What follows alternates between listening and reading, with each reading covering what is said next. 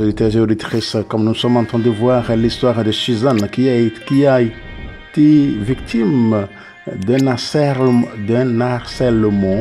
sexuel, mais heureusement qu'elle n'a pas cédé la place pour être harcelée, violée sexuellement. Et voilà que ces deux vieillards qui étaient juges d'Israël à l'époque, qui ont voulu faire cela, ont monté d'histoire contre elle pour qu'elle puisse être mise à mort. Voilà, le Seigneur va venir à son aide parce que face à sa mort, Suzanne a fait une prière innocente d'une personne innocente, une prière touchante, une prière qui bouleverse le cœur. Quelqu'un qui va mourir pour ce qu'elle n'a pas fait. Voilà. Le Seigneur va lui envoyer un juge, Daniel, choisir Daniel pour pouvoir faire cette affaire-là, pour juger bon. Voilà, Suzanne sera sauvée et elle ne sera plus morte. Elle ne verra plus une mort prématurée. Entrons. Bonjour, shalom. Merci beaucoup d'avoir cliqué sur notre canal. Si vous êtes nouveau ici, ne faut pas oublier de vous abonner comme ça lorsqu'il y a une nouvelle vidéo lancée. Vous serez la première personne à être avertie. Si vous êtes là longtemps, merci beaucoup d'être là avec nous. Merci beaucoup de votre attention. Merci beaucoup d'être ensemble, d'être comme famille. Merci beaucoup mon frère, ma soeur. Ne faut pas oublier tous de continuer par liker, partager et commenter la vidéo. S'il y a des propositions à faire, vous êtes libre et vos propositions seront la bienvenue. Il ne faut pas oublier que nous sommes une famille. Donc aujourd'hui, nous voulons parler d'un terme qui est vraiment sensible, un terme qui est vraiment intéressant. C'est ceci. Comment Dieu a pu sauver Suzanne de la mort précoce et prématurée suite à sa chasteté, à sa fidélité et à son être vertueux.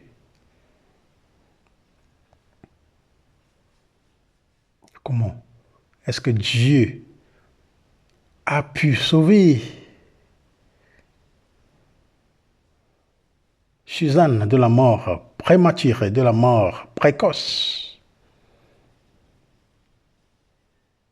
suite à sa chasteté, fidélité, à son être vertueux? Elle est une femme vertueuse. Comment est-ce que Dieu a fait ça? C'est ça que nous allons voir maintenant. Et nous allons voir cela dans le livre de Daniel, chapitre 13.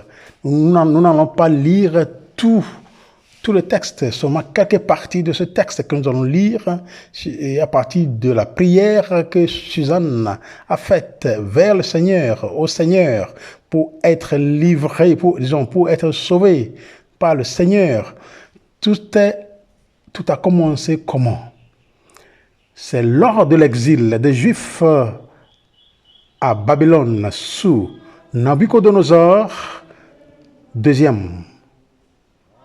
Joachim, homme riche et respecté, possédait un jardin qu'il mettait à la disposition des anciens chargés d'arbitrer les problèmes du peuple hébreu. Suzanne, sa femme, est surprise au bain par deux juges âgés qui tentent de la violer.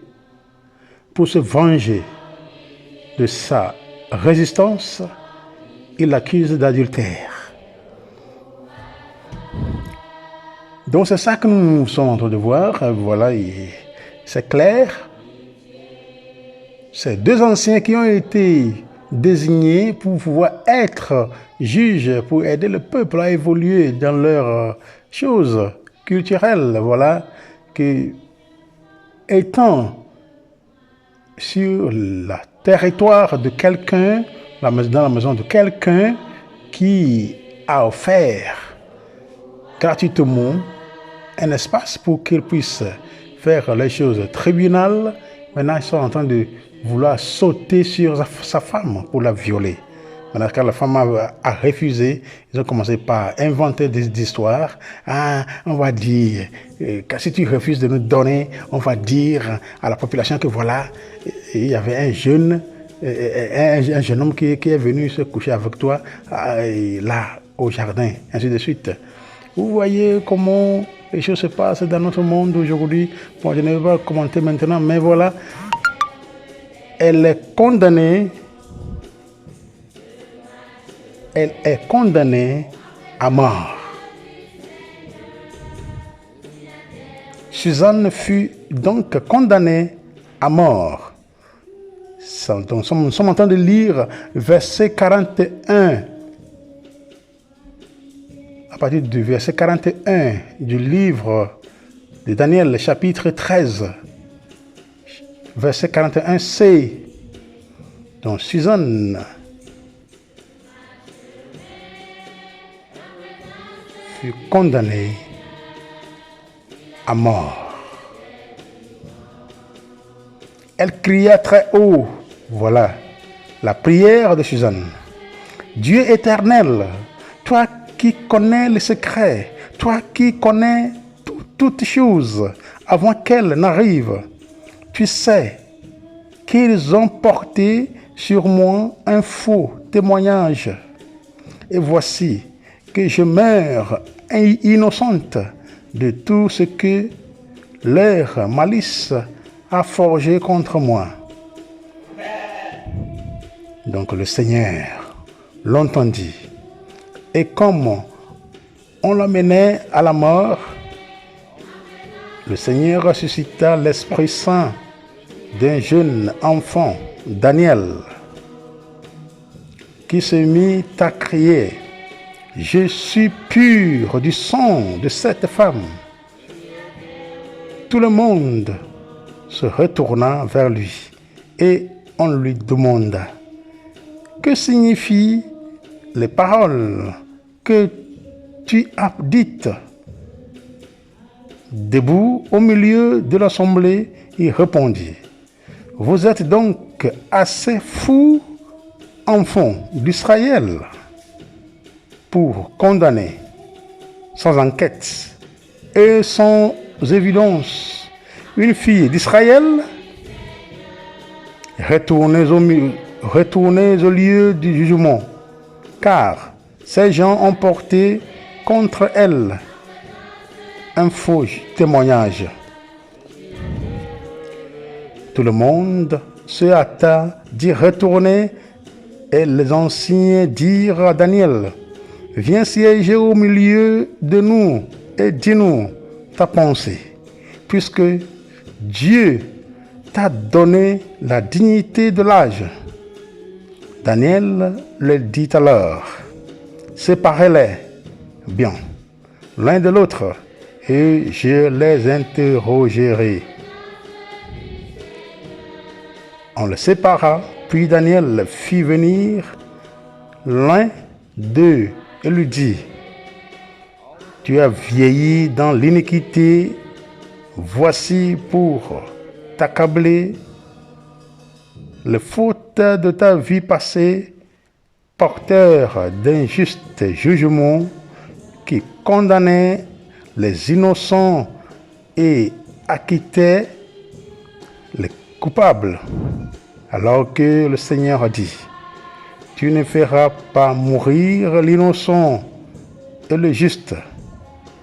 Allons, si tu es là, c'est bien vu. Dis-nous, sous quel arbre tu les as vus ensemble? Il répondit: sous un acacia. En vérité, dit Daniel, ton mensonge te retombe sur la tête. Déjà l'ange de Dieu a reçu de lui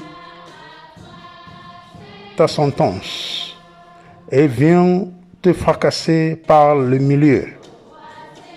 Il le renvoya, fit venir l'autre et lui dit, race de Canaan,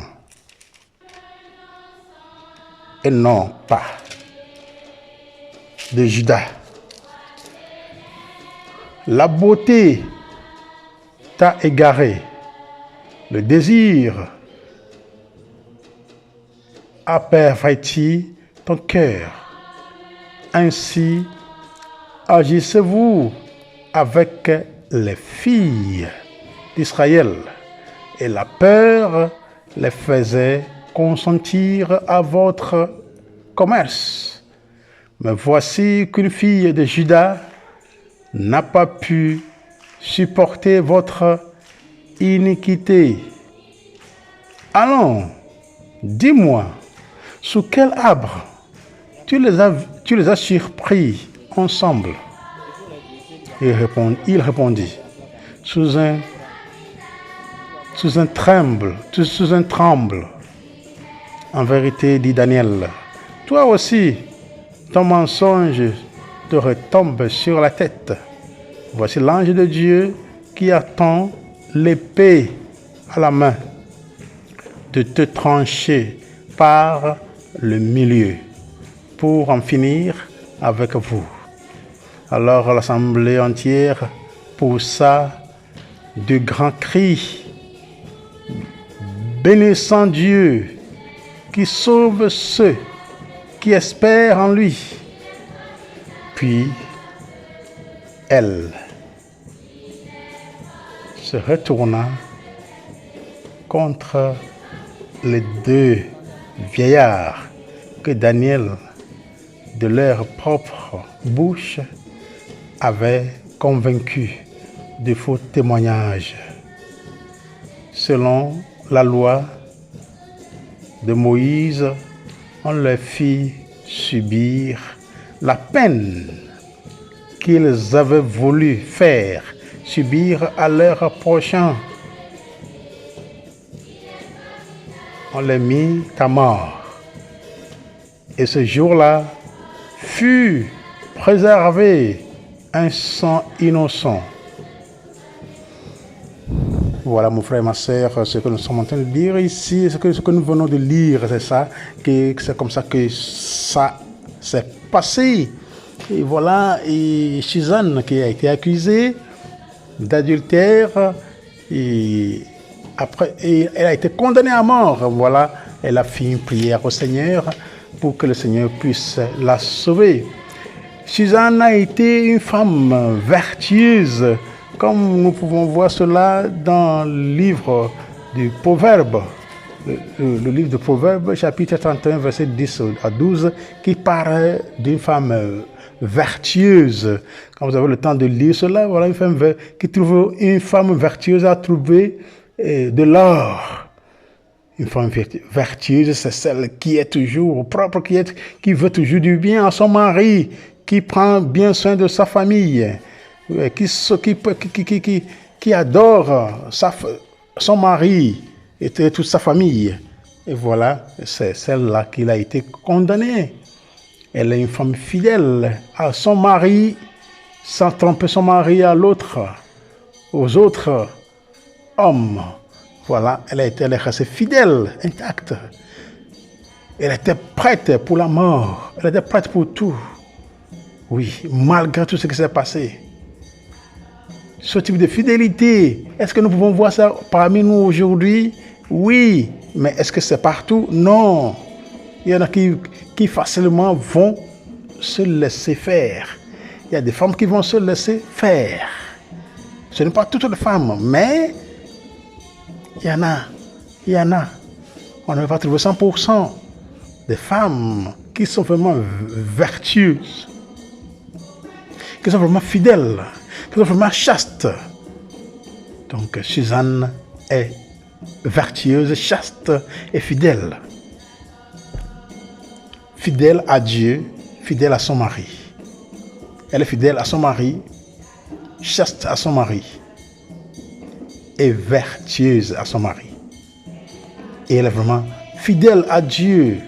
Elle craint Dieu, elle craint le Seigneur. C'est pour cela que lorsque l'on condamnait à mort, elle a fait une prière au Seigneur de le pouvoir le sauver, de regarder Seigneur. C'est toi qui connais toutes choses, c'est toi qui connais tous les reins. C'est toi qui juges, c'est toi qui vois, qui a les yeux pour voir jusqu'aux os. Tu vois comment ils ont porté jugement contre moi par leur malice. Pouvoir m'éliminer. Voilà. Je ne leur ai rien fait. Pourquoi maintenant je vais subir cela?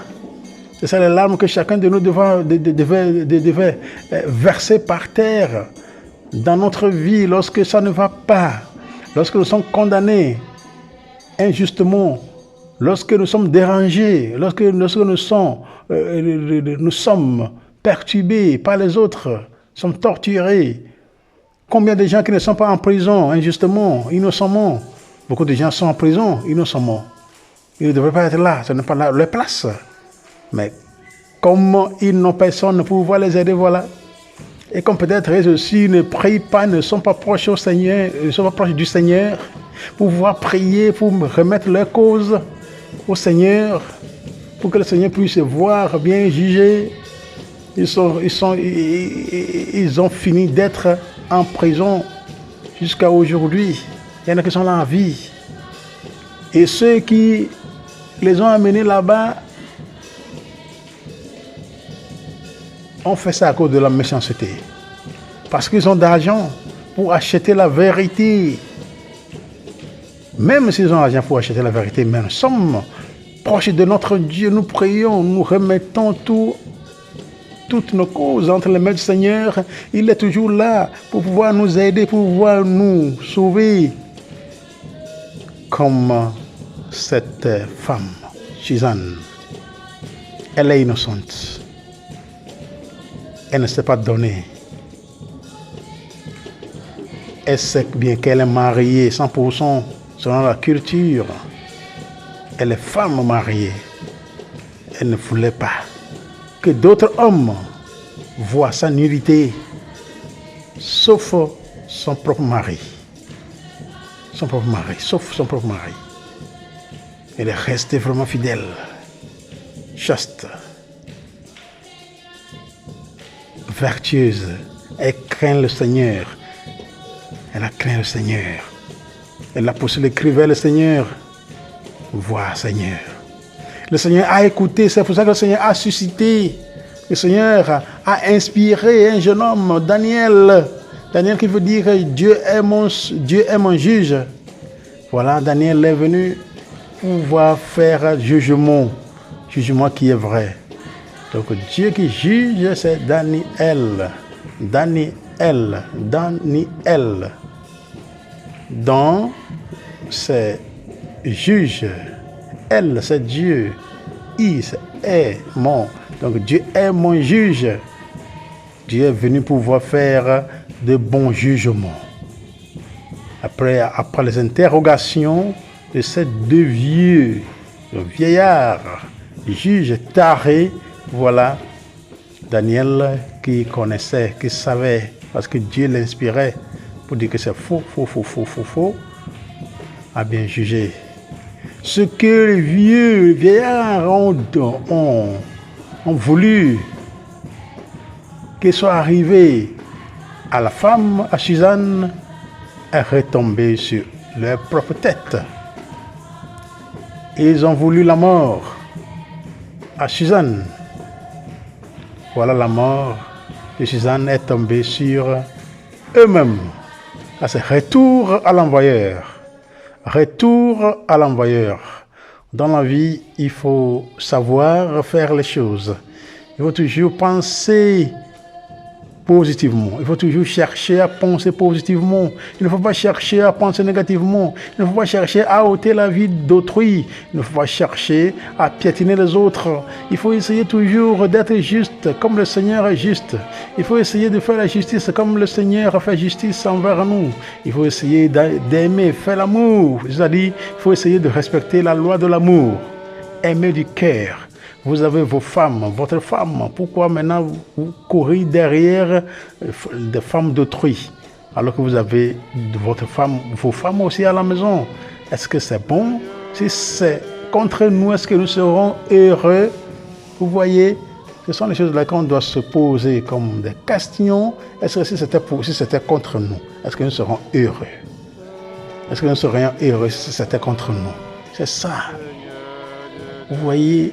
Donc, il faut faire toujours attention dans la vie. Nous allons en prison, nous en avons beaucoup qui sont innocents là-bas. Est-ce que c'est bon les juges? Oui. D'une part, oui. D'autre part, non.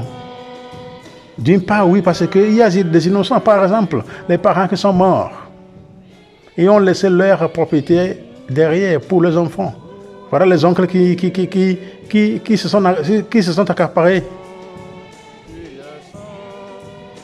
des richesses de leurs frères et sœurs. Au lieu de les laisser pour leurs enfants,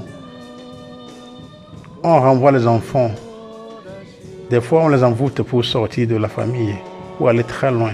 Comme ça, on a la chance de vendre toute propriété de leur papa, de leurs parents qui sont morts.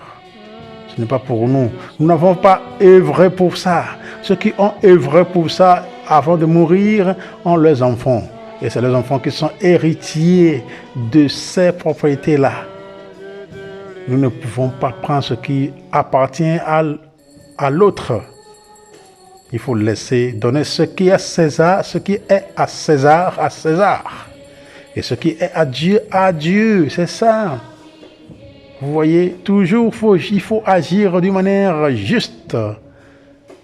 Il faut agir d'une manière juste, d'une bonne manière. Il faut la justice. C'est ça que le Seigneur veut. Le Seigneur dit qu'il ne veut pas le sacrifice, ni holocauste, mais il veut la justice. Que la justice soit faite dans notre vie. Suzanne a réussi. Elle a vu sa mort. Et voilà, le Seigneur a changé sa mort en vie. Le Seigneur a changé sa mort à une vie. Et a vécu encore plusieurs années avant de mourir. Et voyez sa vie précocement détruite, sa vie prématurément vengée, détruite. Et voilà que le Seigneur a tout changé, parce qu'elle n'a pas fait ce qu'ils ont dit qu'elle a fait. C'est comme ça que nous faisons dans notre société. On est des mensonges, on est des avocats du diable. Vous voyez, si on n'a pas de l'argent, on ne veut pas aller à la justice. Celui qui a l'argent va acheter la vérité à la justice, et l'innocent va entrer en prison, ou bien va partir main vide, alors que c'est pour lui, alors que c'est pour elle. Voilà ce qui se passe au milieu de nous aujourd'hui. Bon, la justice est là pour les plus faibles, pour les sans-voix, pour ceux-là qui sont traités injustement. La justice est là pour pouvoir les regarder, pour pouvoir les favoriser. Et voilà ce qui se passe dans notre société. Comme les 7 deux vieillards ont menti. Donc le mensonge est là dans l'histoire de l'humanité depuis longtemps. Depuis fort longtemps. Le mensonge est là dans la vie de l'homme. Ce n'est pas aujourd'hui. Nous sommes dans l'Ancien Testament. Combien de siècles que le mensonge est là. Voilà. Le mensonge est entré dans le monde pour pouvoir ravager le monde. C'est ce qui fait que nous sommes dans les ténèbres toujours.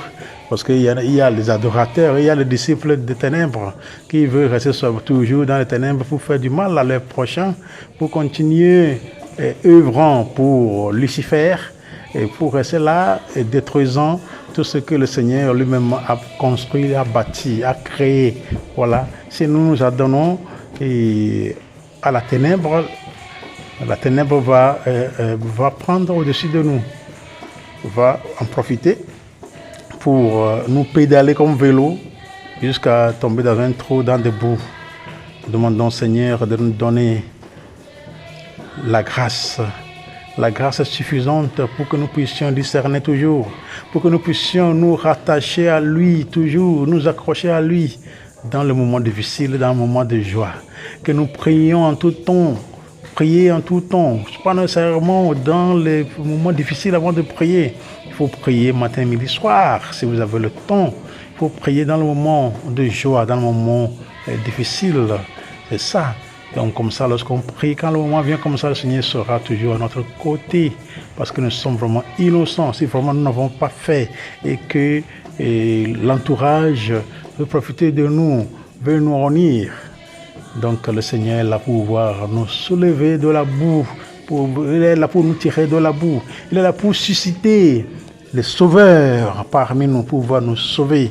Voilà ce que le Seigneur a fait. Il a suscité Daniel dans la masse, parmi son propre peuple, pour être les juges, le vrai juge, pour juger le peuple d'Israël, pour pouvoir sauver d'abord, commençant par cette femme innocente, Suzanne, pour qu'elle ne meure pas innocemment, précocement, prématurément.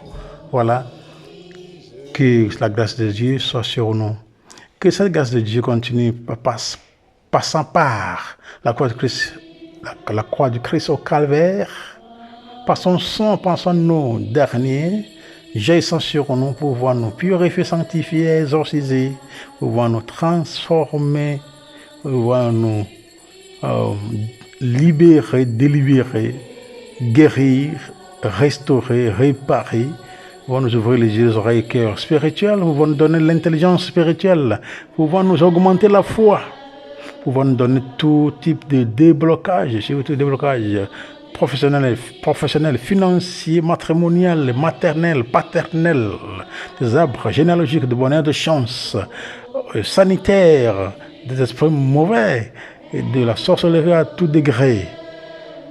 Que le Seigneur continue par nous envoyer la cour céleste, d'être autour de nous, de pouvoir nous défendre en tout temps, d'intercéder pour nous, pour que dans le moment difficile, nous soyons toujours libérés, sauvés, défoncés par lui.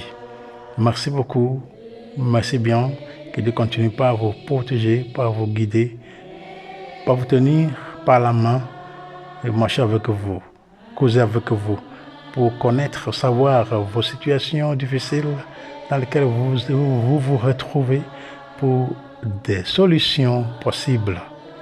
Shalom, shalom, shalom. Il faut toujours oublier de vous abonner, liker, commenter, partager. Dieu vous aime.